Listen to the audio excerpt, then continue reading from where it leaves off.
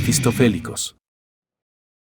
Bueno, buen día, buena noche, buenas tardes, según la hora, el lugar donde nos estén escuchando. Esto es Mefistofélicos, es el primer episodio de un conversatorio donde se hablarán de diversos temas, con diversas opiniones y fuentes para llegar a comunes acuerdos, para debatir, para compartir las noches.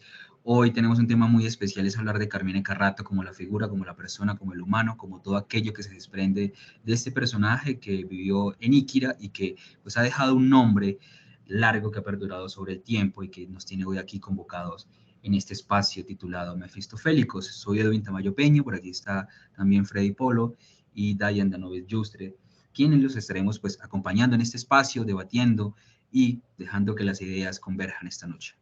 Freddy, adelante, ¿cómo va? Muy buenas noches, Edwin, muy buenas noches, Dayan.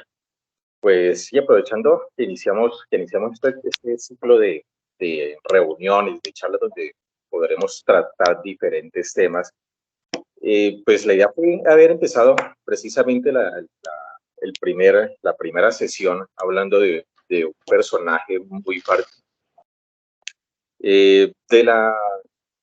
Ya entrando de lleno en el tema, podemos decir que de la Iglesia Católica uno no puede esperar mucho. Siempre he dicho que desde su filosofía y desde sus mismos integrantes es muy poco lo que se puede esperar, algo bueno de ellos. Pero cuando salen o cuando aparecen personajes que definitivamente rompen los esquemas que uno espera de esta institución, no está de más hablar o comentar o conocer un poco sobre ellos. Este es el caso de Carmini Carrato, un sacerdote italiano que en la década de los 80 llegó al Huila y, a diferencia de muchos de los miembros de esta congregación, fue una persona que, digamos, dejó una profunda huella en toda una comunidad, marcó la forma de pensar de una comunidad y creo que aparte de eso, su propia característica de vivir, su propio sentido de la vida, creo que merecen o vale la pena tomarlo nuevamente y no dejar que esto quede en el olvido. Entonces, pues acá el principal exponente de todo esto va a ser Dayan, que fue quien tuvo una, si suena un poquito fea, una relación muy íntima. Suena feo cuando sacerdotes, pero quien tuvo una relación íntima con este personaje. Y yo también, curiosamente, para mí es una de las personas que más admiro. Yo creo que Carmini Carrato es uno de esos seres humanos que uno siempre va a admirar y va a tomar como referente para formarse como persona. Yo lo conocí pues cuando era un niño y como tal lo recuerdo como ese aspecto infantil y todo lo que alcanzó a hacer. Entonces, creo que esta reunión va a ser para enfocarnos un poco y conocer un poco más de este personaje y ya entenderlo un poquito más desde su parte, desde esa visión de la parroquiana, de la señora y que va todos los días a mí, bueno, no nos interesa mucho, sino creo que nos interesará un poco más conocer esa parte del ser humano, de qué fue lo que motivó a hacer todo lo que hizo este personaje. Entonces yo creo que ya Dayan nos puede exponer mucho más sobre lo que era Carrato. Buenas noches, Edwin, Freddy, y hola a todos los que nos escuchan por este medio. Como lo decía Freddy, en esta oportunidad vamos a hablar de un sacerdote católico que hoy por hoy, seguramente lo seguirá siendo durante muchos años, se salió del esquema del cura católico estándar. Por eso llama tanto la atención. Un cura europeo que incluso, a pesar de lo que es, de lo que significa ser europeo hoy en día, llegó para transformar y para mostrar una imagen completamente diferente. Y más que un sacerdote católico, se mostró más bien como ese humano trabajador y más bien como mostrando lo que para mí fue ese Jesús histórico más que divino, que es en realidad en lo que creo. Entonces, para adentrarnos en este mundo del Padre Carrato, voy a empezar con entender dónde nació. Es decir, aquellos datos de su vida muy básicos que nos pueden dar una luz de lo que él llegó a ser después de esos 28 años. Entonces voy a tocar el tema de dónde nace, del contexto, y sobre todo, se hace estrictamente necesario hablar de la comunidad a la que él perteneció, porque fue a través de ella que él resultó de Italia, resultó llegando aquí a Colombia. Entonces, lo primero que hay que saber es que él nació en un pueblo muy pequeñito, hoy por hoy, Cúcaro Vettere, que se encuentra en la provincia de Salerno, un poco más abajo de Nápoles, es decir, pertenece al sur de Italia. Como se sabe, hoy en día el sur de Italia difiere un poco del norte. El sur de Italia es la parte, digamos, más rústica. Incluso se habla hasta de pobreza en el sur. La parte norte es tecnológica y él nace en la parte sur. Ya tenemos una característica de lo que él va a hacer en su vida de trabajo. Entonces nace en Cúcaro el 9 de marzo de 1946. Esta población hoy en día no tiene más de 700 habitantes. Es un pueblo sumamente pequeño que queda en una protuberancia montañosa. Y en el 73 se hace oblato, más adelante le explico un poco esa parte, y se ordena sacerdote el 22 de junio de 1974. Tenía 28 años cuando se hizo cura, bastante joven. Y su vida termina en el 2009, el 3 de noviembre, a eso de las 3 de la tarde pasaditas. Hay que entender la venida de Carrato y su misión a través de una comunidad religiosa, que muy seguramente para nosotros, en el municipio de Iquira, en el departamento del Huila, de pronto no es que tenga un gran impacto, como por ejemplo lo tienen los franciscanos, pero que, como lo he dicho en otras ocasiones, en Roma esta comunidad religiosa híbrida tiene un poder bastante fuerte y una influencia sobre los fieles de Roma, lo que la ha hecho una comunidad económicamente bastante, podríamos decir hasta poderosa. Entonces voy a hablar un poquito del Divino Amor, así a grosso modo, para luego ya adentrarnos en la vida, sobre todo de Carrato en Níquira, de su forma de ser, de por qué a pesar de ser un sacerdote católico, las misas en cierta forma eran algo más bien como un formalismo, pero bastante lejos del dogma. El Divino Amor, a grosso modo, nace más o menos en 1740 con un milagro bastante simple, bastante simplista. El santuario y el seminario donde se formó Carrato no queda dentro de la ciudad de Roma, sino que queda a unos 10, 11 kilómetros a las afueras, en los castillos romanos. Se llama Castel di Leva, Castillo de Leva. Y en el 1740, un campesino que pasaba por ahí, por esa torre donde en esa época reposaba el cuadro de la Virgen del Divino Amor, que el original, fue atacado por una jauría de perros rabiosos, y dice la tradición que él se encomendó a la Virgen y los perros se espantaron. Ese es el primo milagro, algo bastante simple y bastante sin sentido, pero de ese hecho se pegó, digamos, la tradición del pueblo romano. Y más adelante, en 1944, se le atribuye pues a la Virgen del Divino Amor un segundo milagro, que es la salvación de Roma a manos de los nazis que estaban pasando por ahí, y también no tiene en realidad nada digamos, de sobrenatural, porque lo único que hizo el ejército alemán fue rodear Roma y no se metieron. En 1944, listo, no pasó nada. De todas maneras, el sitio pues fue considerado como, en el lenguaje católico, como algo sagrado, y allí llegó en 1930 un sacerdote que fue el canal de conexión entre Italia y Colombia para que Carrato llegara allá.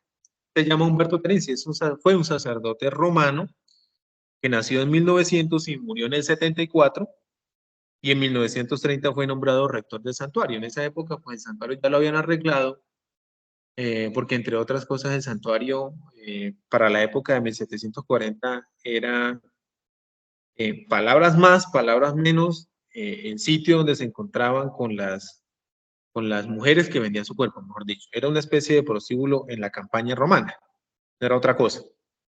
Lo que hizo Umberto Terenzi en el 1930 fue llegar y ponerle orden, limpiarlo, y allí, enseguida, años más tarde, él funda las monjas.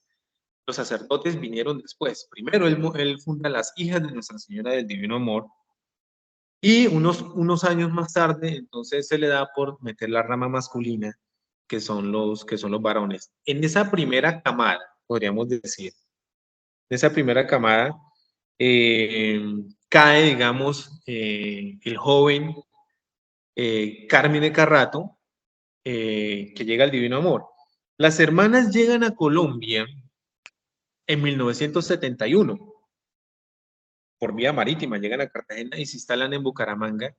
Me imagino yo, en las consultas que he hecho, también por conexiones de otra comunidad que a su vez estaba allá también italiana, entonces me imagino que el padre Umberto Terenzi, que dentro de sus ideales estaba el carisma que ellos tienen, que es un carisma de mandato, que es amar, conocer y hacer conocer y amar y hacer amar la Virgen. Entonces, siguiendo esa misma línea, él se aventura pues con conexiones aquí en Colombia y llega a Bucaramanga. El Divino Amor, antes de llegar al departamento del Huila, llegas a Bucaramanga.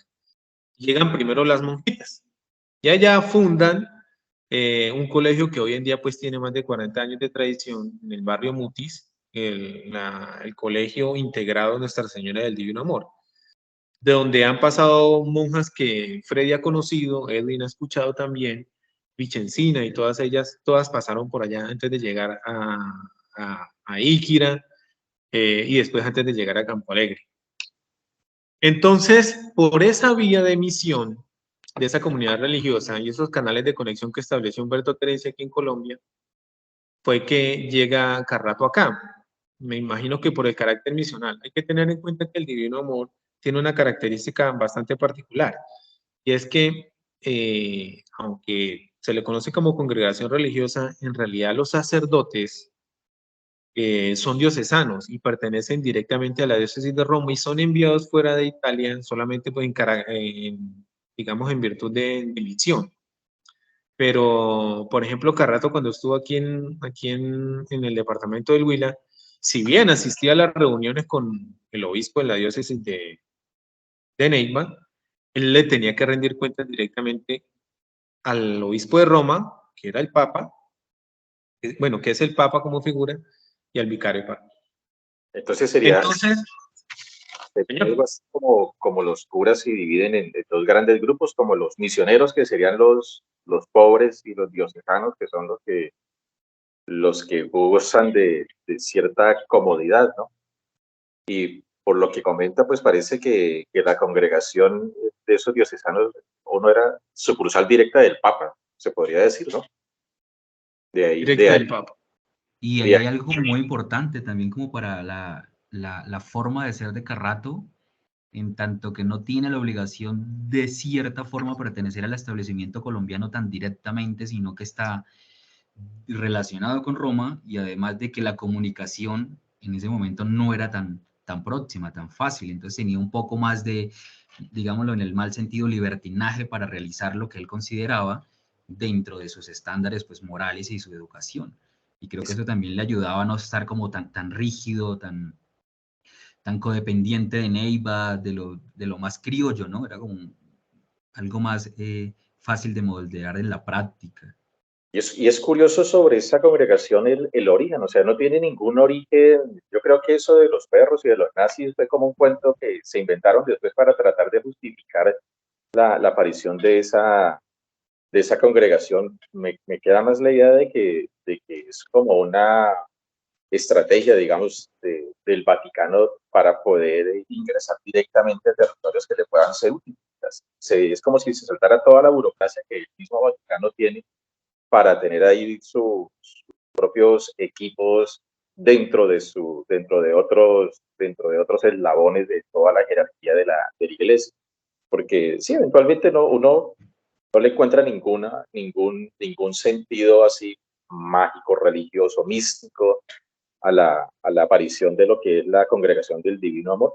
Solamente del Divino Amor uno se acuerda de la figurita esa, de la imagen de la Virgen, pero de resto hasta ahí, o sea, no había ningún santo así que uno dijera que lo estuviera apadronando, como era el caso de los franciscanos, como el caso de los lasallistas, de toda esa serie de congregaciones religiosas. Esto simplemente lo que yo recuerdo era el cuadrito de la Virgen del Divino Amor, pero sin lugar a dudas el poder que tenían, digamos, el brazo económico que tenían era muy fuerte en comparación a otras congregaciones que podrían estar en ese momento en Colombia. Entonces, por lo que comenta Dayan, se me hace que era como un camino ahí alterno que tenía la parte del Vaticano para tener sus acciones en los medios, en los países latinoamericanos, sin necesidad de entrar en todo el entramaje, me imagino que tiene que ver con la jerarquía local, ¿no? Sí, y yo creo, y Dayan me corregirá, a forma de instituto no querían y quieren ser una familia dentro de todo el estamento religioso. Más que una gran representación, es como una familia religiosa bajo la consideración del Divino Amor. Sí, es que en efecto, el detalle que nombra Freddy es bastante interesante. Uno se pone a mirar las demás congregaciones y tienen un origen en un milagro, lo que para ellos es un milagro, ¿no? Esta no tiene nada de particular, al menos los otros tienen un poquito más fantasía y más imaginación cuando lo formularon. Esto no tiene nada que se le pierda. No tiene es lo único particular del sitio. Pero de resto, en efecto, no hay absolutamente nada. Y en efecto, sí, muy seguramente en ese momento, el Papa de turno, viendo esa zona ya como bastante apetecible, alejada y apetecible, pues le echó mano. ¿Y qué más que encontró, digamos, como un pretexto para allí mandar a un cura? Y eso que también el envío del padre Humberto Terencio fue algo, pues, no tiene nada, digamos, de particular. Y hoy en día Humberto Terencio ya es siervo de Dios, porque el Divino Amor pagó un platal, una cantidad de euros a la causa de beatificación. Eso pasó en el 2008, 2009, si no me equivoco, para que él ya esté en causa de beatificación. Que para efectos prácticos yo creo que se merece más a plática a rato, aunque eso de la santidad también es bastante discutible. Eso no tiene tampoco nada que se le pierda.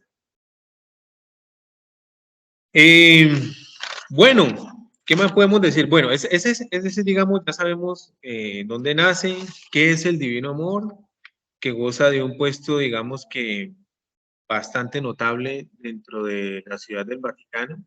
Incluso el Seminario del Divino Amor, aunque es pequeño, pero cuenta con unas instalaciones de lujo envidiables, forma parte de los únicos 4 seminarios que pertenecen a la diócesis de Roma y que están bajo el dominio del Papa. En efecto, cuando yo estaba allá, quien atendía al Papa en las misas, pues eran los seminaristas de uno de esos seminarios. Las reuniones eran con él, o sea, en ese tiempo era un queridísimo amigo de Freddy, Ratzinger, alias Benedicto XVI, ese fue el que, con el que me tocó en aquella época. Una pregunta, Diana. Cuando se enlistó en las filas de la Iglesia Católica, ¿usted se enlistó creo que eso van por seminarios o por congregaciones? ¿Usted por qué congregación inició? Yo iba para la diócesis de Neiva, no iba para ningún otro lado, para allá. Así como hay franciscanos, no sé, puede que esté equivocado, cuando se matriculan o se ponen a estudiar para cura, ¿toman como alguna corriente de esas o después es que se colocan el título? Pues por lo regular uno en la vida cotidiana y el contexto lo va direccionando. Por ejemplo, Muy seguramente si en esa época hubiera tenido más relación con algún padre franciscano, como un viejito, no sé si se recuerda, el padre Leonidas, hermano de la profesora Lucegna, muy seguramente me hubiera ido para allá, pero como en ese momento yo no tuve ningún tipo de contacto, estaba más bien direccionado para la diócesis de Neiva, pero lo que pasó fue que yo conocí a las monjitas, a las del Divino Amor allá en Iquira, y entonces ellas me dijeron que pues existía la rama masculina, y entonces yo empecé a hacer ese seguimiento y en efecto yo fui a dar a Campo Alegre. Hay que recordar que Carrato llega en el 92 a Campo Alegre saliendo de Iquira. Entonces en Campo Alegre él también dejó su semilla de obra y también digamos su semilla de seguidores y de curas discípulos y yo llego allá. O sea, usted se ¿Sí? mantuvo como seminarista del Divino Amor, podríamos decir. Digamos que sí, yo empecé el proceso allá en Campo Alegre. Yo al principio pues no veía como cercana la idea de que había que llegar a Italia para los estudios y eso. Ya faltando unos meses fue que en realidad la cosa se materializó. Y llegué allá en efecto, llegué allá a esa congregación. Aunque ya tuve la tentación de cambiarme de banda, ¿no? También hubo un momento en que quise irme para los franciscanos por el hecho de que visité a Assisi y quedé como encantado con esa población. ¿Qué más podemos aquí agregar? Bueno, como veníamos diciendo, Carrata entonces por esa vía llega aquí a Colombia. Él estuvo antes de llegar ahí, tuvo un paso bastante breve por Aipe, luego en San Luis, pero finalmente donde digamos tuvo más impacto, más campo de acción fue en el municipio de Iquira, donde llega del 83 al 91 y luego va a Campo Alegre y termina, digamos, su vida de misión en Mulucucú, en Nicaragua, ya obligado por un cáncer terrible en un pulmón que lo terminó, digamos, pues, matando literalmente. Entonces Acá, sería interesante, señor. sí, acá sería bueno tomar como un poquito, contextualizar un poquito la situación que vivían las poblaciones en esa época. Eran los principios de la década de los 80. El Huila, pues el departamento en el que vivimos o del que somos oriundos, pues no es uno de los más adelantados o avanzados de Colombia, ¿no? No, tanto en infraestructura como en cultura estamos un poquito bastante atrás. Y las poblaciones que Carrato visitó, pues creo que un mes más o menos fue que supe que Carrato había estado en Aipe. Aipe es uno de los municipios, actualmente es uno de los municipios importantes dentro del departamento, es uno de los municipios que podemos decir que es de los ricos, tiene una gran cantidad de recursos petroleros, creo que si no estoy mal, creo que Aipe tiene bastante petróleo. Y fue porque una compañera de trabajo, me preguntó sobre una foto que subí de cuando estaba yo recibiendo el diploma de preescolar y donde estaba precisamente el cura Carrato entregándome el diploma. Ella me dijo, es que yo conocí a ese cura también hace mucho tiempo ahí, pero digamos que ese paso muy fugaz por ahí, digamos que por ser un municipio un poquito más, ¿cómo podríamos decirlo? ¿Cuál sería la palabra? Como no desarrollado, pero no tan atrasado como los otros municipios, como si, por ejemplo, lo fue San Luis, el corregimiento de San Luis. San Luis es un corregimiento de Neiva, una zona que siempre está pasando por la violencia, que está siempre un poco alejado de la capital como tal, una población pequeña.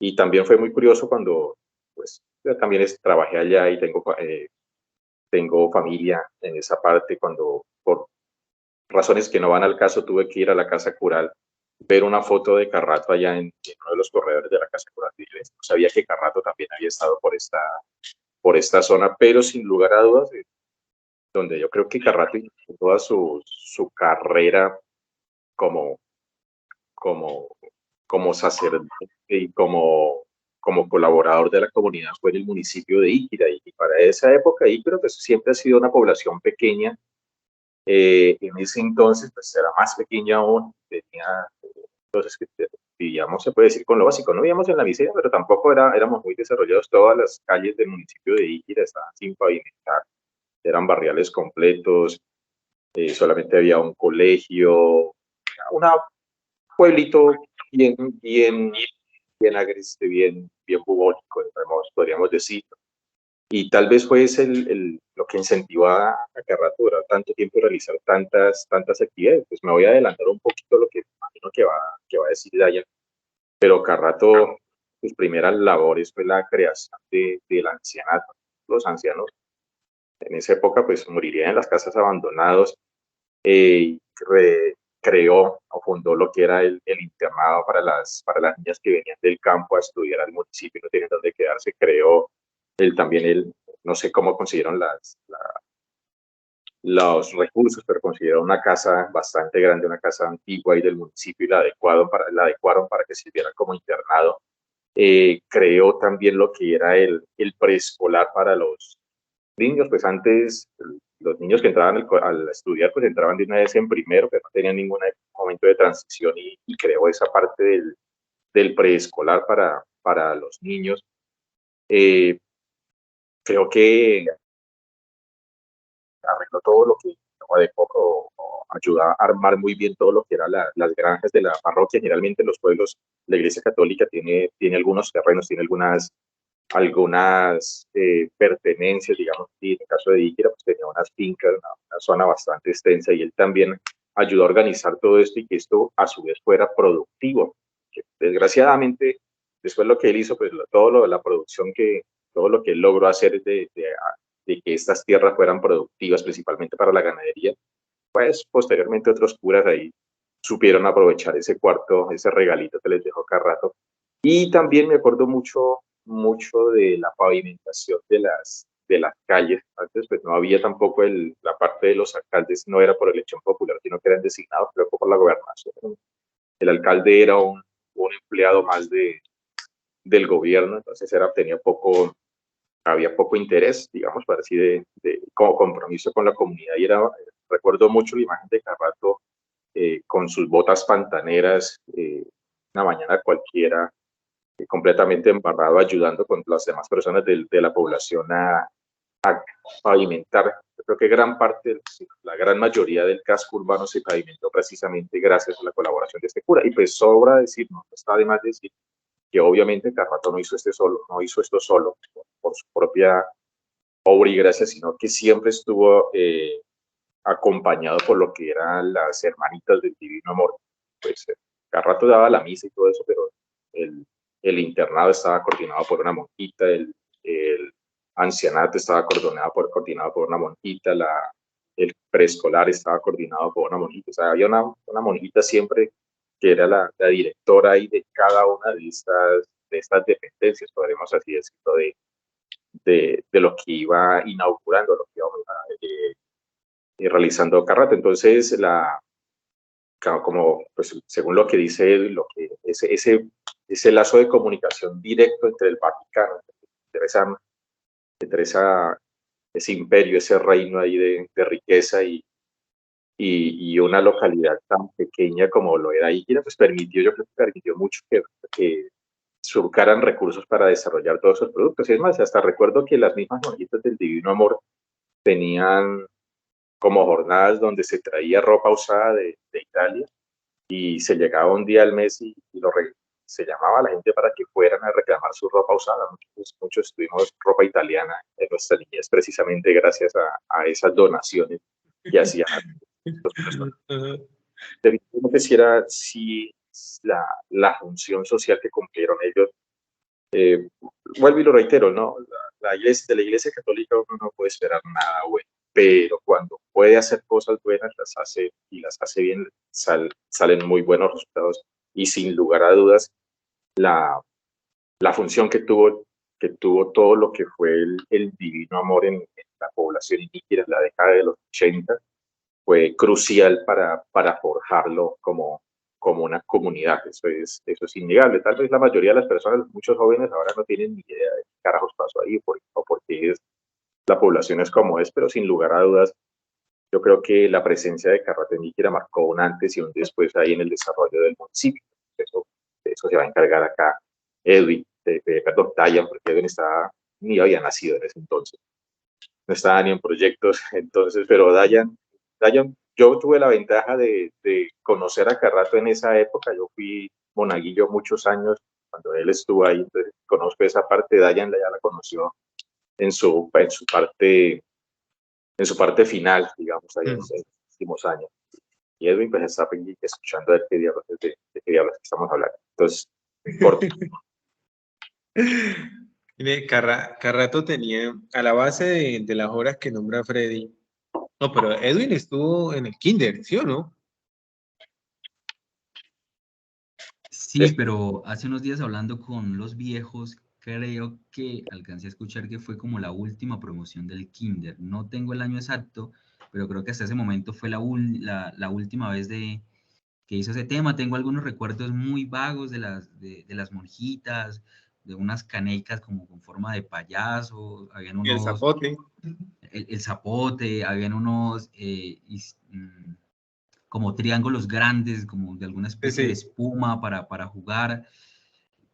Realmente lo disfruté mucho porque yo estaba como una cuadra del kinder, en esa época vivíamos con un tío ya que en paz descanse o en la gracia del Señor, como suelen decir muchos, pero entonces como que me la pasaba bastante tiempo allí, más de la jornada porque tenía que esperar que bajaran del campo como a reclamarme, entonces me solía quedar un poco más de lo normal. Entonces tengo un par de recuerdos en ese momento, pero tengo que confirmar si efectivamente ese año fue pues el último que estuvo el kinder pues operando como tal.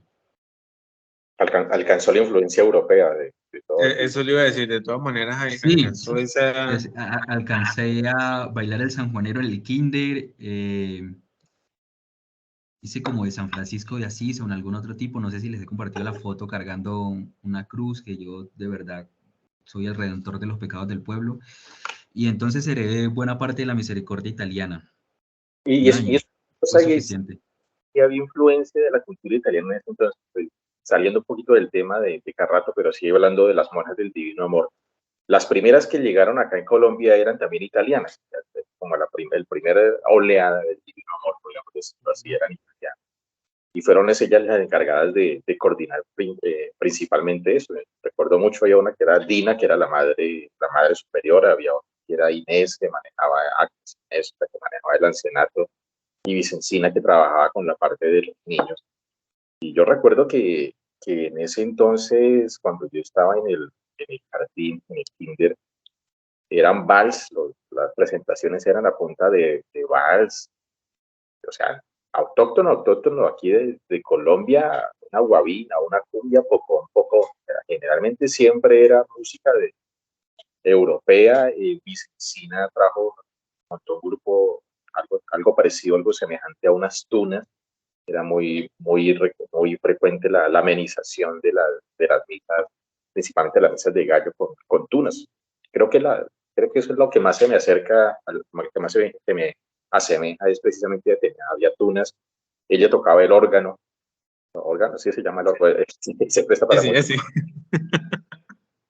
pero tocaba creo que creo que era un órgano o es un órgano, no sé qué pasaría con eso, pero ella todas las misas, la encargada de cantar y amenizar con música, no como la de ahora, que la última vez que fui a misa con Vicente Elevación, colocaron la banda sonora del Señor de los Anillos, como, sí, o sea, colocaron de música cuando estaban levantando la hoz y todo eso, era la música de Frodo y Sam, después dejar el anillo en el monte del destino. Fue muy curioso, pero en ese entonces ya amenizaba las misas con un órgano, y era música muy sacra, podemos decir, música muy clásica, y todo el enfoque que tenía ella era precisamente de ese estilo, y pues es curioso la educación ahí de esa parte de religiosa, no sé si su carácter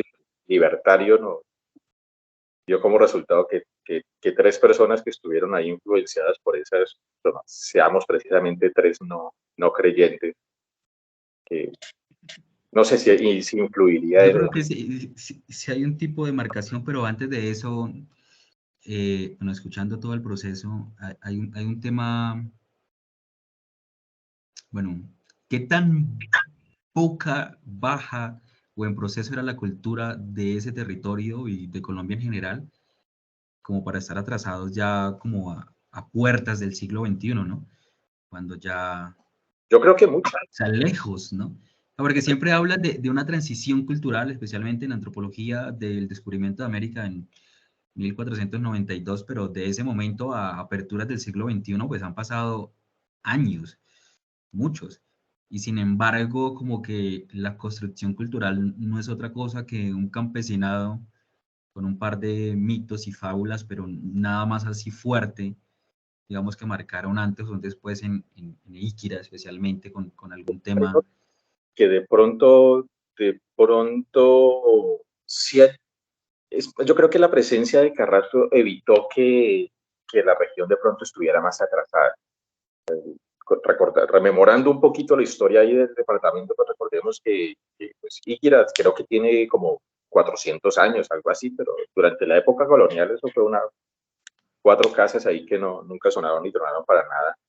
Hay que recordar que también que para la época de la Guerra de los 1000 días, que fue la que arrasó principalmente aquí a nivel del departamento del Huila tuvo bastante participación, y al Huila la Guerra de los 2000 días no lo dejó muy bien parado, y fue precisamente un cura también, este cura, que se me olvidó el nombre, Tobar, sí, que se llama, Dayan, lo recuerdo, uno del sur, que fundó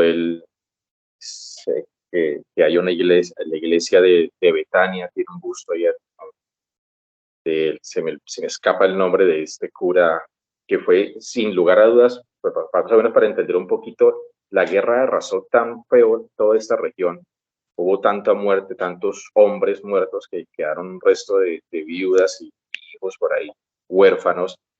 La educación se vino al suelo, o sea, no había nada, o sea, quedamos en la miseria, y este cura, se me olvida el nombre, este obispo que tenía de la parte del sur, lo que hizo fue nuevamente retomar y encauzar nuevamente la educación de todo, mejor dicho, volvió a armar nuevamente la educación, o educó nuevamente a toda esa población que había quedado después de la guerra. Obviamente, el enfoque de este cura era completamente político, godo hasta morir, seguidor del entonces incipiente Partido Conservador. Entonces, toda su ideología la cargó con esta corriente política y filosófica del conservadurismo. Entonces, por eso es que precisamente los que vivimos acá en el Huila, pues sabemos que todo lo que es la región sur del departamento son completamente, o es territorio conservadores, son altamente religiosos, hasta tal punto que ya hay una diócesis, que es la diócesis de Garzón. Entonces, al norte del Huila no se vio tanto, eso era más terreno como liberal. Iquira quedó ahí en medio de las dos, pero Iquira también tuvo otro gran problema, y es que después de la guerra de la guerra de los 1000 días, pues entre lo que era la guerra partidista, y posteriormente la época de la violencia que en esta zona fue bastante marcada. El mismo Tiro Fijo tuvo ahí sus orígenes cerca de lo que era el municipio de Iquira. Entonces fue otro componente más que frenó en cierta medida el desarrollo de esa comunidad, y digamos, como que creó como un ostracismo ahí entre el recelo que dejó las secuelas de lo que era la violencia, la época de la violencia, porque desde los 40 hasta los 60, 70 fue una época como de transición, una época de cualquiera podía ya trabajar con esa población, porque entramos literalmente a una época de tranquilidad. Ya estaría en ese momento, pues ya traía a funcionar lo que era el narcotráfico, pero no se vio tan marcado en ese momento como sí se veía tan marcado en la década de los 90, el narcotráfico en esta zona. Pero entre los 70 y los 80 fue como un tiempo de quietud, digamos, de quietud social, y fue precisamente cuando llegó este señor, este cura ahí a realizar todas esas actividades dentro de la población. Si hubiese llegado otro cura, como todos los curas que habían estado antes, muchos de los que han venido después, yo creo que estaríamos mucho más atrasados, y cierto grado filosófico o cierta forma de pensar de algunas personas oriundas de esta región no hubiese sido la misma. Pero digo que él marcó como esa diferencia porque creo que llegó en el momento justo, el momento de transición justo donde debería llegar. Si hubiese llegado antes, la violencia se lo había llevado. Si hubiese llegado después, el momento del narcotráfico se lo había llevado. Yo creo que llegó en un momento justo donde la población lo necesitaba para nuevamente causarse, que después todo eso la dinámica social, todo eso varía un poquito, pero sí creo que influyó mucho en esa forma de entender lo que, más que todo de entender lo que es un líder. Le pregunta de 40, 35, 40 años en adelante y siempre los que preguntan por el cura Carrasco siempre van a identificar a un líder. Se dejó como el arquetipo de lo que tendría que ser un líder y que hasta la fecha no ha existido ningún personaje que se le pueda igualar a él porque obviamente él siempre lo hizo de manera desinteresada. Esa fue una característica de Carrasco, que todo lo que hacía era completamente desinteresado. Siempre he considerado que lo hacías porque le nacía y porque quería ayudar a la comunidad y cuando ya se borró a ayudar a la comunidad, cuando veía que no tenía mucha cosa que hacer era una zona, se iba para otra zona aún a realizar esa actividad. Entonces, pues, pero yo creo que eso ya Dayan no lo puede explicar mejor. Bien, precisamente una de las características dentro de todas las obras, independientemente que sean capillas, ancianatos, pavimentación, Carrato siempre tenía a la base del sitio donde llegaba fortalecer el tema de la educación y siempre lo hacía adecuando sitios. Carrato también tuvo que ver con el fortalecimiento y fundación, por ejemplo, de la institución educativa María Auxiliadora, él también siempre estuvo presente. Esa obra que nombra Freddy, el tema, por ejemplo, del internado para facilitar el estudio de las niñas, que hoy en día también funciona. Siempre todo lo que él hizo lo hizo en función de la educación. Y sin duda alguna, sin este aporte, hoy en día yo creo que las generaciones seríamos tal vez en otra línea temporal, mejor dicho, seríamos otra cosa. Y Kira sería otra cosa definitivamente. Empezando por el tema de la pavimentación y bueno, y todo lo que él hizo.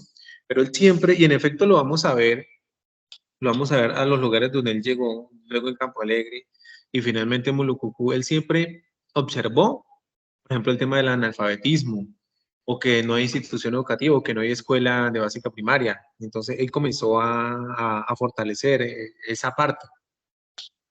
Carrato tenía una personalidad. Freddy lo conoció, digamos, en su época de su juventud, de su niñez. Yo lo conocí ya en su época de declive a nivel de salud, pero siempre conservó ese cura que desencaja totalmente de los estándares hoy en día del sacerdote. Cuando yo estaba en Italia, yo tildeé a muchos curas, por no decir que a todos les puse curas de escritorio. Y en efecto, es que así son. O sea, curas de escritorio y basta ya. Cuando si uno se pone a analizar, digamos que, entre comillas, quien se inspira para que exista el cristianismo, que es el mismo Jesús de Nazaret, se da uno cuenta que el tipo era otra cosa. Y resulta que los representantes hoy en día de ese Jesús, pues, no se le asemejan ni un poquito. Carrato con su vida, en cambio lo hizo. Va mucho más allá. Analizando en los últimos años que me he puesto a estudiar un poquito la vida de Carrato, he puesto a ver que el hombre, inclusive entre los mismos dogmas que encierra una Eucaristía, para él lo hacía naturalmente, pero era algo muy básico. Uno no sabe qué tiene el cura en ese momento, pero para él era solamente algo muy básico. Para él lo importante era la acción, el trabajo. Y hoy en día eso no, prácticamente no se ve, no existe. Lo corroboran las obras en Níquira, en Campo Alegre. Si van a Campo Alegre se van a encontrar que si lo hizo en Níquira en ese momento, del 83 al 91, donde Níquira estaba todo apaciguado, venía de un momento de guerra, estaba en un momento de transición, de pasividad. Imagínense Campo Alegre, que es un pueblo que ha movido una economía de pronto un poquito más allá, hizo obras muchísimo más grandes. naturalmente con ayuda. Carrato no estaba solo en este tema organizacional y de construcción. Él recibió mucho apoyo italiano, bien sea de la comunidad como de otros personajes externos que lo conocieron y le brindaban apoyo económico. Pero sin esa personalidad de él como tan desencajonada dentro de los estándares de un cura católico, muy seguramente nada de esto hubiera sido posible. Hay algo particular cuando decimos que lo típico de un cura es que generalmente cuando uno ve un cura, uno ve en un pueblo las personas más importantes, perdón, son el cura, el alcalde y eventualmente el médico, y a veces entra el juez ahí. Digamos que hablando un poquito de la provincia. Y cuando uno habla más de todos los curas, pues uno siempre tiene una imagen de un cura, que el cura casi que es la persona, después del alcalde, es el personaje más importante y más influyente en una localidad. Y muchos se engrandecen con esta, con este título que se le da y se vuelven, a veces cura es sinónimo de señorito, señorito fino, señorito delicado, señorito que no se embarra, que da su sermón y por ahí hace dos actividades. El niño bonito, la tacita de té, muy pocas veces va a empuercarse las manos con el pueblo, con la gente como tal. Yo creo que ustedes dos ya se deben estar imaginando de pronto a qué personaje haga referencia, pero no vamos a nombrarlo acá. Personaje que detestamos mucho. Bueno, los tres, al menos yo lo detesto a morir. Pero no, este no es el tema. Y este señor, pues no hay imágenes por acá, de pronto en posedición lo podemos subir a imágenes, pero Carrato pues lo que yo me acuerdo era un hombre alto, un hombre un poquito corpulento, algo característico, siempre que tuvo él era una barba nutrida, una barba casi roja, nutrida, y su cigarrillo, fumador empedernido. Yo creo que el único momento en donde no fumaba era mientras daba la misa. Pues se preparaba para una misa con un cigarrillo y finalizaba su misa con otro cigarrillo. Y los sermones eran muy particulares. O sea, aparte, era una persona, digamos, un poco, lo que yo recuerdo hasta cierta medida, era un poco parca y su forma de ser, no es el típico cura que espera que todo el mundo lo halague y que responde muy fácilmente a este tipo de halagos. Una persona muy poco dada a que lo manosearan de esta manera. Y ya en la parte del rito como tal, era las misas como tal, pues yo no sé cómo es ahora, pero que generalmente casi siempre que hay una misa hay un sermón, ¿no? Pura, lee el evangelio, explica algo de lo que tiene que explicar en este momento. Carrato solamente daba un sermón los sábados y los domingos, de lunes a viernes las misas nunca eran de sermón, de modo que la misa duraba 20 minutos máximo, no era más. No había todo ese ritualismo ahí que maneja y que ahora pelean mucho, hay como una nueva corriente de regresar de nuevo a ese ritualismo extremo y a veces ridículo de la Iglesia Católica, tal vez para contrarrestar un poquito las iglesias cristianas y evangélicas. Entonces, ese ritualismo de tener que, yo fui acólito, monaguillo, entonces más o menos me sabía cómo era la movida ahí, entonces de que había que colocarle el misal de determinada manera, que había que llevar las vinajeras, es que se llama esa cosa, las vinajeras así, y hay que lavarse las manos. Él no hacía eso. Una misa era si uno pudiese sacarle el esqueleto a una celebración religiosa, él trataba de pegarse a lo más estricto, lo más necesario y omitir cualquier otro tipo de arabesco ahí que complicara esa cosa. Y de igual forma eran los sermones. Pues era muy chino para recordarme qué era lo que decía, pero tampoco era que profundizara mucho. También no apoyaba mucho la parte yo ahora que la digo pseudociencias, podríamos decirla, pero no compartía mucho esa visión como de tanto agüero muchas veces que surgía en la comunidad.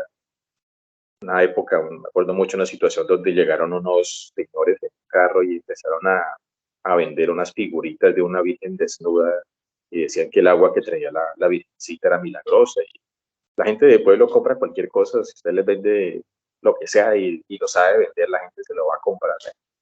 Y fue la primera vez, yo creo que fue de las pocas veces que lo vi molesto con la comunidad, porque él dijo que eso eran puras supersticiones, que no había que creer en supersticiones, que eso era una babosa.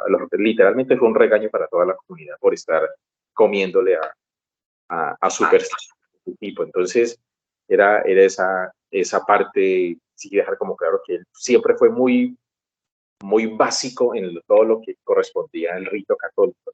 No le interesaba, como dice Daniel, como que lo de él era más como la acción, como el trabajo en comunidad, que la parte del ritual católico en todo el sentido del desarrollo. Y tal vez por eso fue que estuvo siempre como cierto grado de desapego hacia toda esa parte de la dinámica administrativa, pongo yo, de todo lo que es la jerarquía de la iglesia, creo yo. Por eso uno se pregunta, ¿no? Cuando analiza la vida de Carrato, uno no puede dejar de hacerse varias preguntas y creo que una de ellas es, por ejemplo, ¿cómo manejaría su fe, no?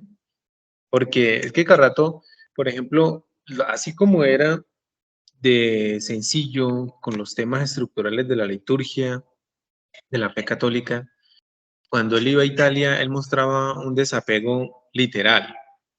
Nunca le gustó quedarse allá. Es bueno saber que los oblatos del Divino Amor, Padre Carrato era un oblato. Es un Tienen orato. un oblato viene la palabra oblación, que es entrega a quien, a la Virgen. A eso hace referencia. Entonces, no le gustaba quedarse en la casa asignada para los sacerdotes, que les asignan allá en el santuario eh, del Divino Amor. Ahora un paréntesis acá, lo que antes era una torre abandonada donde un campesino se libró del ataque de unos perros, hoy en día es una especie de barrio que cuenta con un santuario antiguo. Y en el santuario antiguo está ubicada la casa donde se hospedan los sacerdotes cuando llegan de los países donde están afuera. Y se construyó un santuario bastante grande, moderno, sumamente costoso y cuando nombraba Freddy el órgano, con uno de los órganos también más costosos de la diócesis, también moderno. Hasta ese punto llegó el tema del poder económico de la comunidad, que en realidad pues surgió por la devoción del pueblo romano. Y a él nunca le gustó eso, porque él iba allá y podía tener los lujos que le brindaba la comunidad, pero nunca. Allá, por ejemplo, siempre iba en verano, nunca se ponía zapatos, sino que andaba con unas alpargatas de esas llaneras con pelín. Y siempre se quedaba en el seminario con nosotros, en una de las... ¿Me escuchan? ¿Sí? Sí.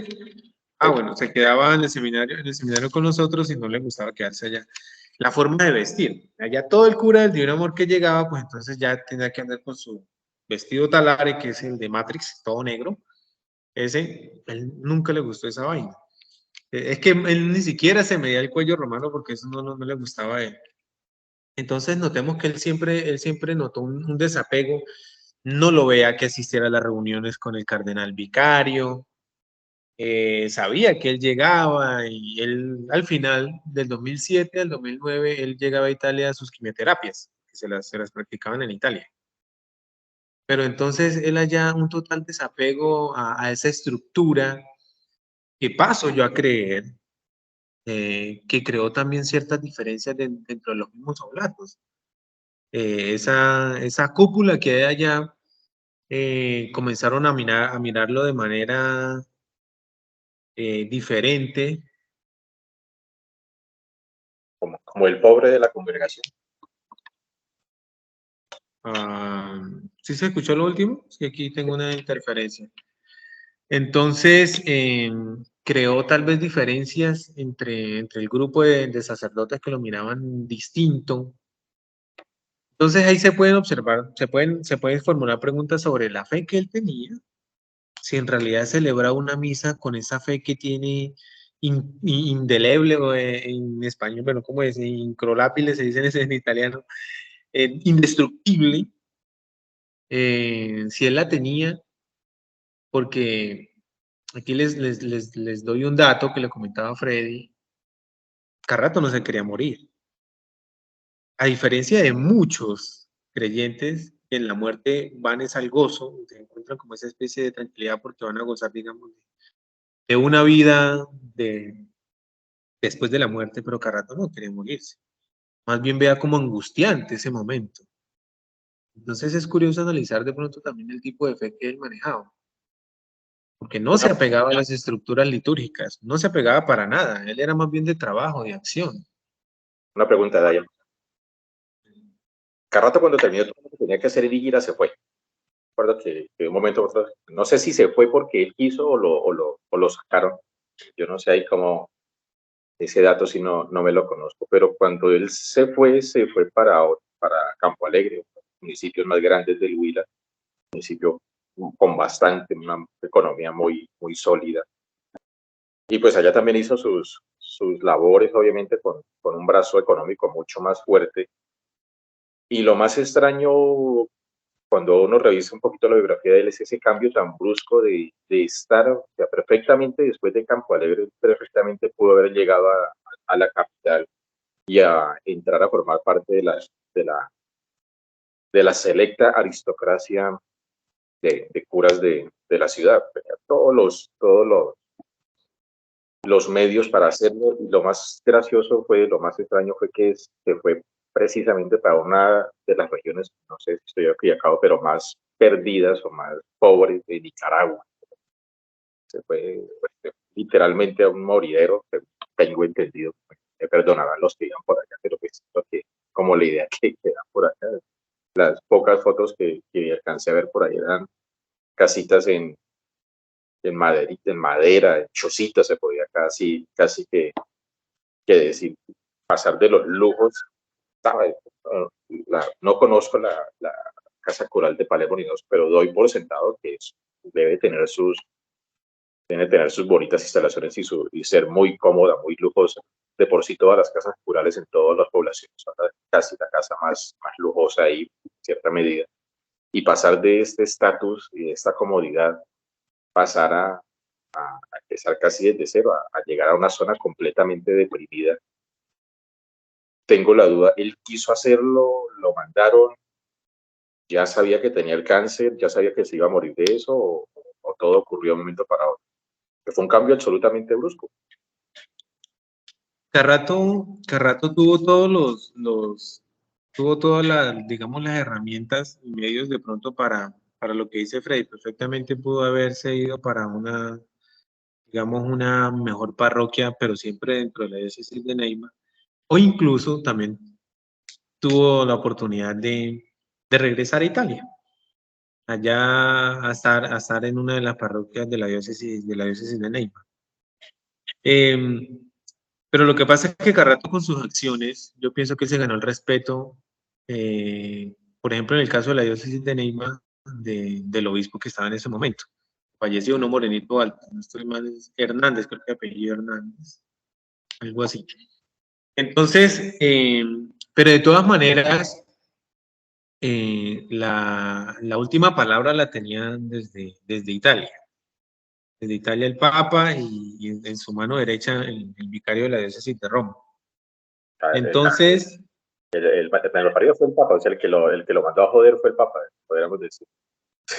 entonces de muy seguramente encaminados, hay que tener en cuenta que el Divino Amor empezó su expansión en el globo terráqueo en Colombia. Ese fue el primer lugar. Hoy, actualmente tienen misiones en América Latina y en Asia. Tienen misiones. Incluso Campo Alegre tuvo un cura de la India que se mató en una moto. Una matana y la verdad que allá en Campo Alegre. Porque el caso es que, sí, el caso es que muy seguramente en sus rutas expansivas, en coordinación con las directrices del presidente de la comunidad, en concordancia con la diócesis de Roma, pues estaba en la mira Nicaragua. Y pues, Carrato, que nunca le gustó la vida buena ya en un escritorio y con camisas costosas y con la mejor pasta que preparan allá, pues encontró la mejor oportunidad de irse. Yo pienso que él descubrió el cáncer en Campo Alegre.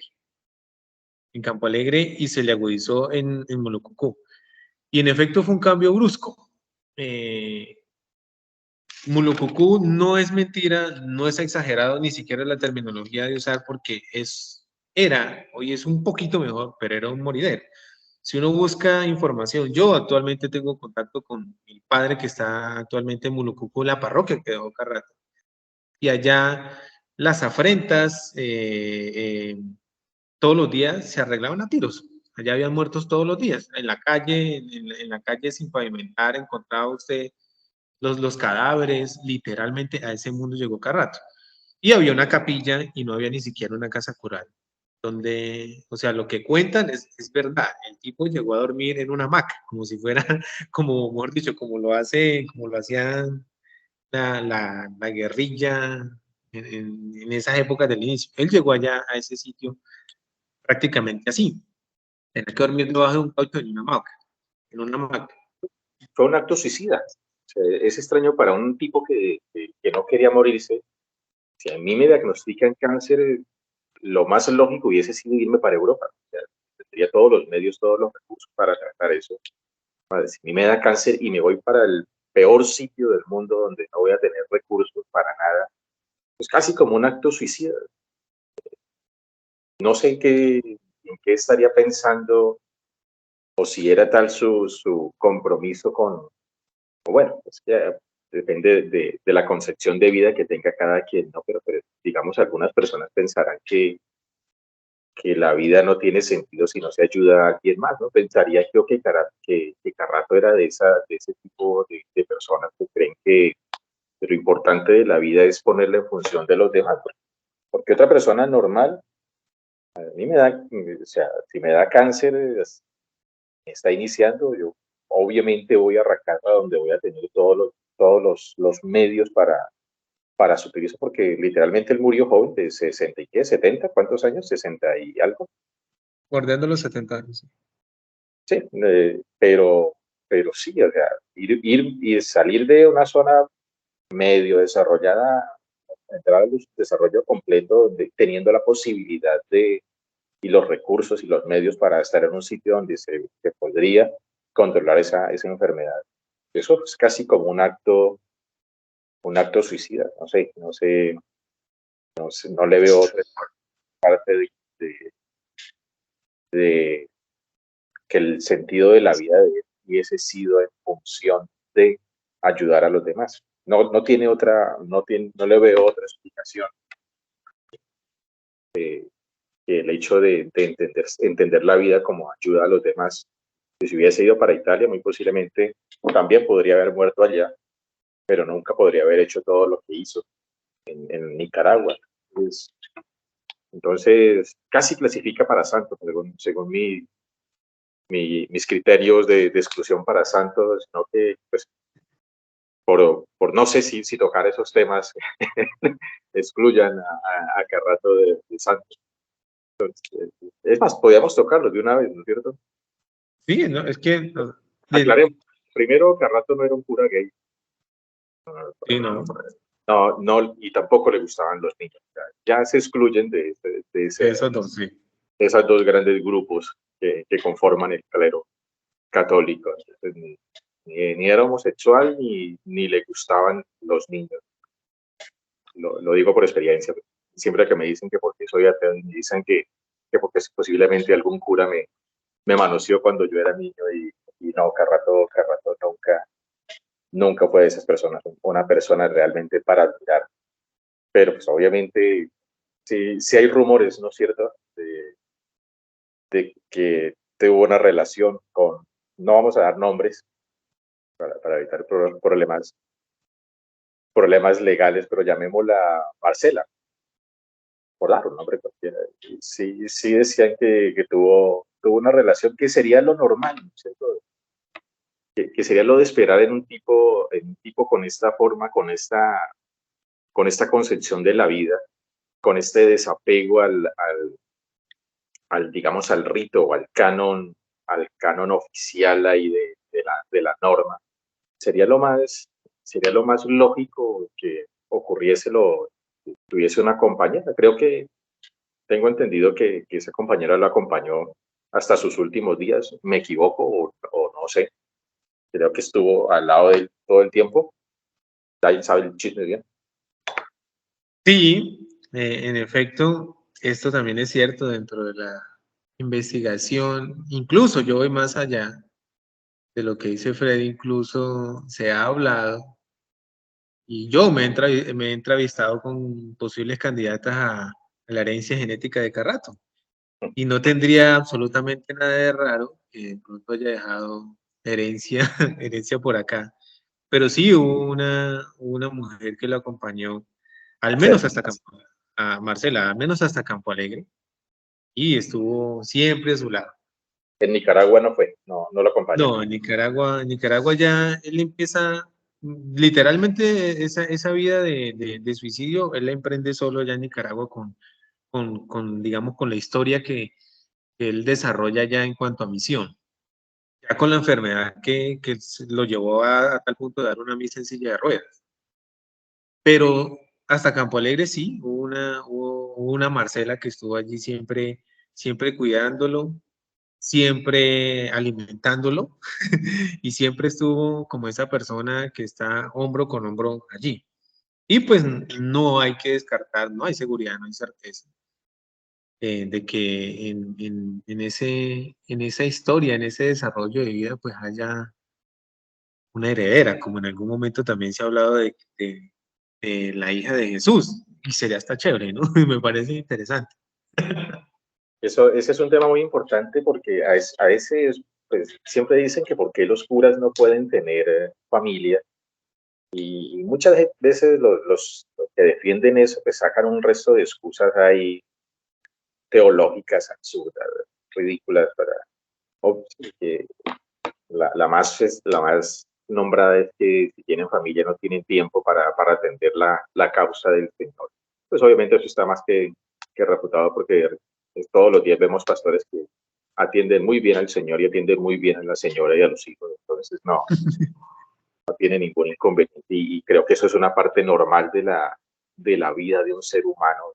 Es algo básico tener uno su compañera y tener una vida personal completa.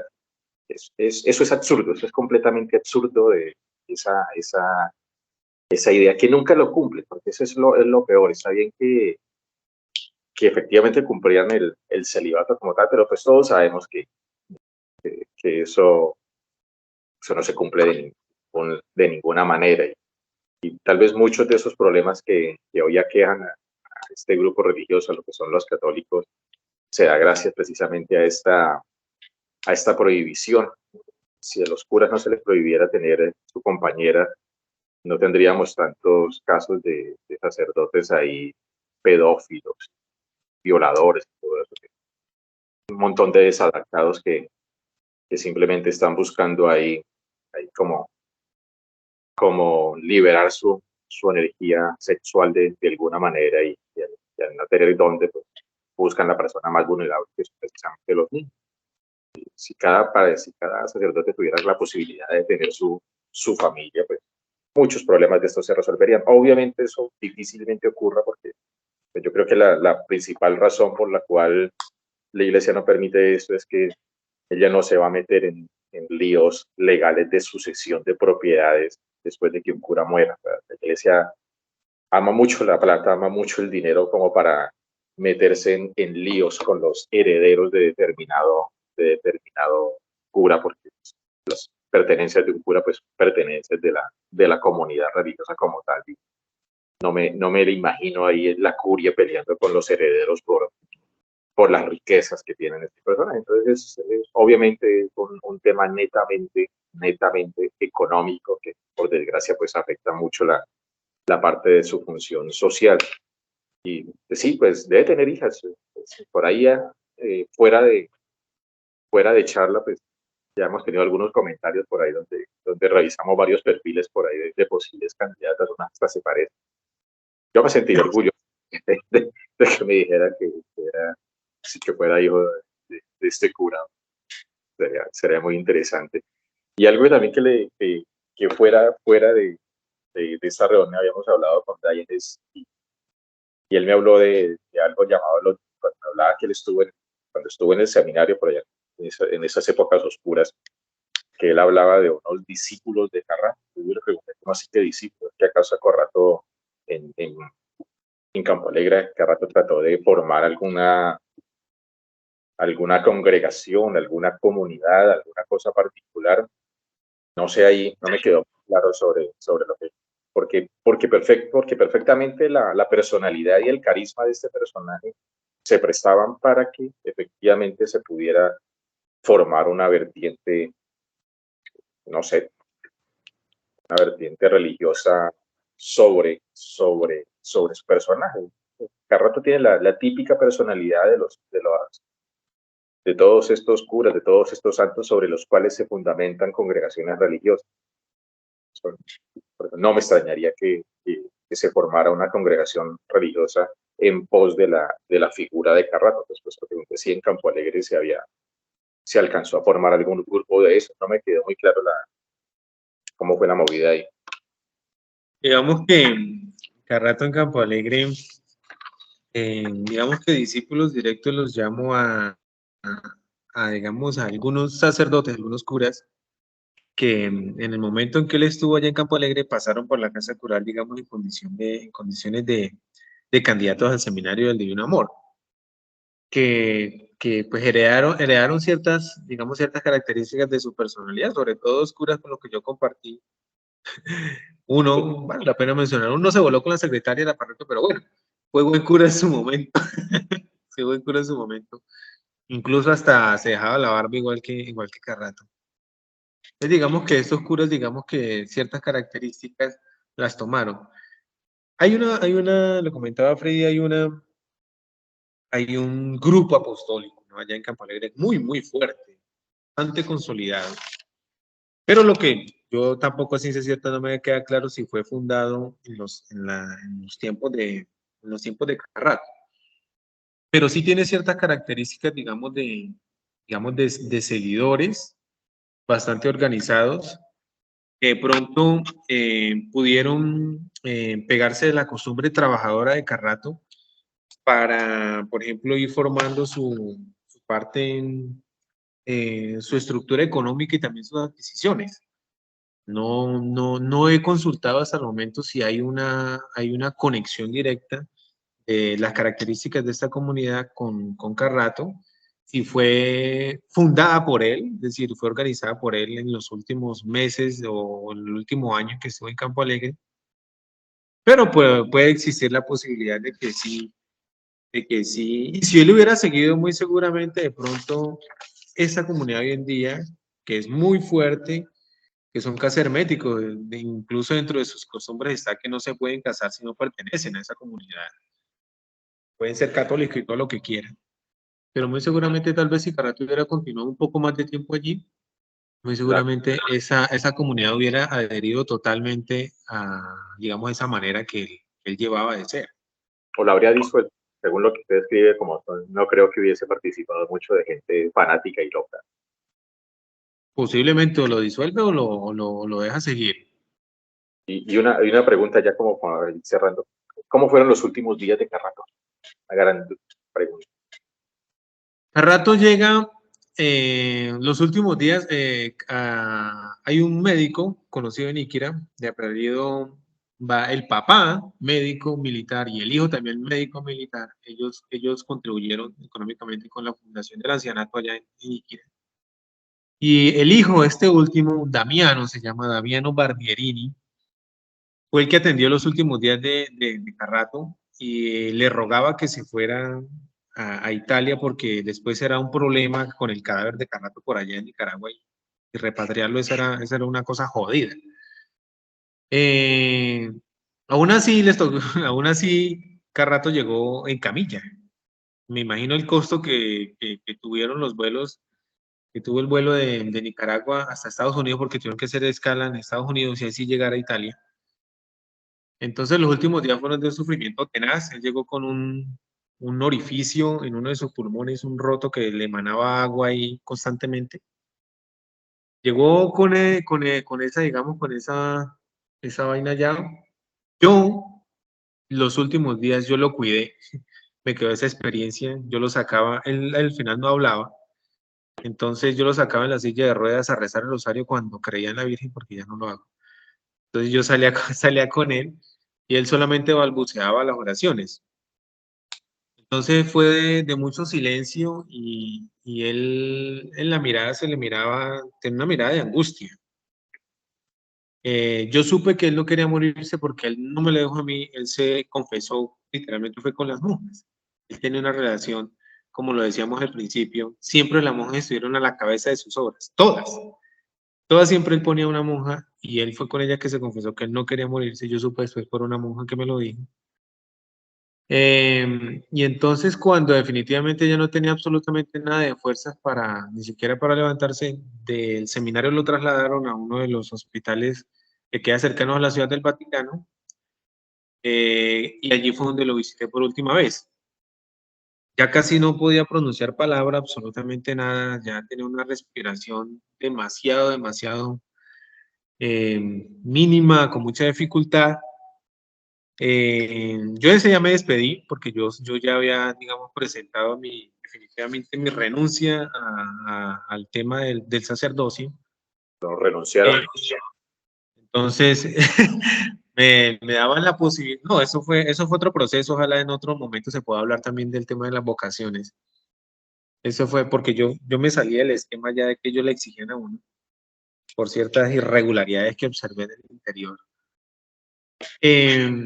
Entonces, digamos, bueno, me despedí del hombre, él solamente le mandó saludos a los inquireños, y aquí están los que lo están escuchando y de pronto no saben, le manda muchos saludos antes de morirse. Y ya en las últimas horas lo trasladaron al seminario. Él muy seguramente quiso morir no en el hospital, sino en el cuartico donde siempre estaba en el seminario. Él murió, fue en el seminario, no en el hospital donde estaba, sino en el seminario del Divino Amor. En ese momento ya no estaba, días antes ya había cogido un avioncito y ya llegaba a Colombia. Y entonces él muere. Entonces fueron días de sufrimiento y en la mirada se le notaba que no tenía ni poquitas ganas de irse de este mundo. Totalmente, la figura que conocimos nosotros no la tenía absolutamente, estaba solamente calabérico, literalmente calabérico, estaba en los huesos, con un cabello largo. Él mantuvo la barba hasta Campo Alegre, porque en Nicaragua se afeitó y se dejaba el cabello largo, larguísimo, hasta los hombros, pero se quitó la barba. Y así terminó sus días, totalmente, digamos, en un estado bastante crítico y, digamos, rodeado, digamos, sobre todo de las monjas que estuvieron allá en la habitación en donde finalmente muere. Si los santos no fueran, si los santos católicos no fueran ese grupo de gente con trastornos mentales y locos, 99% de todos los santos católicos son eso, gente loca y llena de trastornos mentales graves, podría clasificar a Carrato como santo, pero esto sería casi como no ofenderlo. Podría existir una nueva clasificación de persona santa no católica. Ahí, yo creo que este personaje se merecería todo eso por el impacto que tuvo y por su forma de llevar la vida. Y no diré por el sufrimiento al final de su vida, porque esto no es ningún mérito, nadie, desgracia, una desgracia que este personaje que fue tan querido y que sirvió tanto y que sirvió de ejemplo a tantas personas haya terminado sus días de esa manera. En efecto, yo creo que yo al interior de la comunidad del Divino Amor hubiese iniciado la causa de beatificación antes que el fundador, hubiera iniciado más bien con Carrato, por el impacto, por su estilo de vida, por su entrega, que vivió fue por los demás, por el bienestar de la gente que estaba donde él llegaba.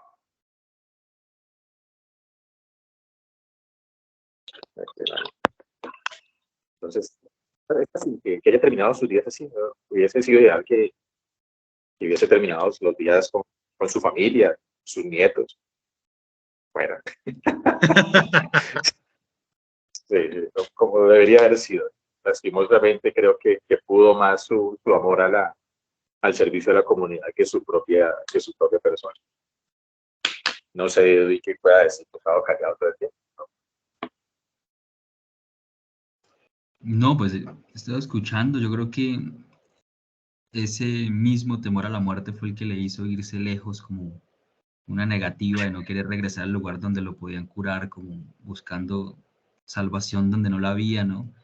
Ese tipo de resignación de irse a un camino que no hay regreso para que pues ya finalmente cuando no tenga ningún otro escape sí regresar y aparentar que es la salida, pero cuando realmente ya no hay nada que hacer y entonces ya ni esa fortaleza mental y espiritual que tenía él, pues ya había socavado ahí en Nicaragua y pues, no había nada que hacer, ¿no? Ya no le quedaba otra alternativa que resignarse, ¿no?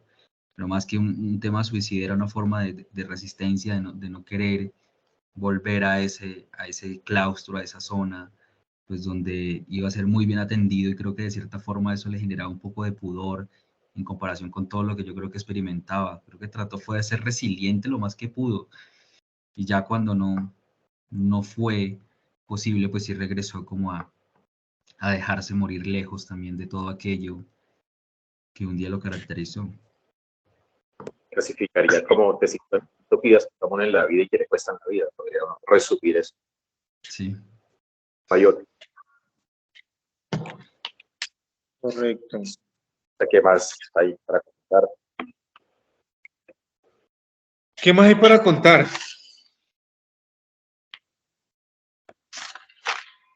Hoy en día, pues en realidad de la comunidad ninguno heredó eso de Carrato.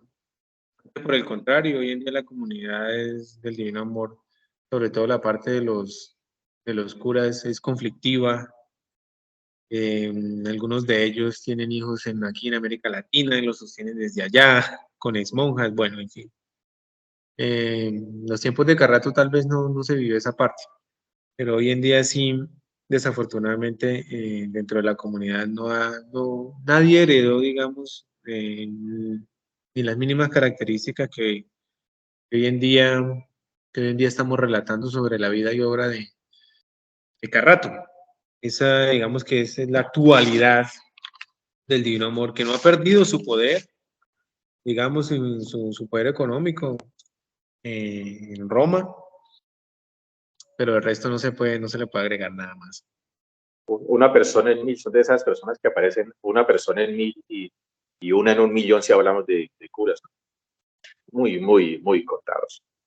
Muy contadas, totalmente de acuerdo. Difícilmente vuelva a existir un cura así aquí en el Huila o que venga también de otros lados. Difícilmente, y más hoy en día cuando el tema, por ejemplo, de las vocaciones están escaseando porque no es mentira. A nivel global, las vocaciones están en declive literalmente. Si acaso se mantienen las religiosas y eso que un poquito por encima del declive de las vocaciones sacerdotales de los curas. Y porque hasta el 2009, y creo que no se ha hecho otra cosa, por ejemplo, no ha cambiado, yo lo escribía en un post de Facebook, no han cambiado, por ejemplo, el tema del discernimiento de un seminarista. Por ejemplo, allá dentro de un seminario, dentro de las cosas dentro de los elementos de formación que deben tener, no deberían tener otro cura con el que uno se confiese o padre espiritual, sino que deberían tener un psicólogo, un profesional en salud mental, más que otro cura, porque ese otro cura resulta que es el pedófilo o el gay que de pronto es el que te está tocando la nalga por ahí, y entonces definitivamente están haciendo más daño. Entonces yo, por ejemplo, decía que hoy en día los seminarios deberían de ser mucho más estrictos, y es que si acaso quieren sostener un poquito sus dogmas. Una formación para que al menos se aproximen un poquito a ser un cura como Carrato. Que si tuvo hijos y si tuvo novia, chévere, pero que no salte a ningún tipo de aberración que pueda dañar a la comunidad y que trabaje, que haga en realidad lo que en realidad el fundador, entre comillas, Cristo vino a hacer. Voy a lanzar esta solicitud explícitamente al obispo Froilán, a ver si la toma en cuenta. Que la publique en La Nación probablemente va a convertir al catolicismo en una escuela de ciencias sociales y humanas. Listo. No sé, varios finales, Edwin. No, listo, pues así finalizamos este primer programa de Mefistofélicos. Esperamos encontrarnos en una próxima ocasión, mejorar los temas de sonido, de cámara, ser un poco más didácticos para ilustrar a las personas acerca de Carrato o de otros personajes de los cuales hablemos aquí. Y nada, muchas gracias a Dai y a Ana Freddy por este espacio y quedamos pendientes para un próximo encuentro. Hasta la próxima.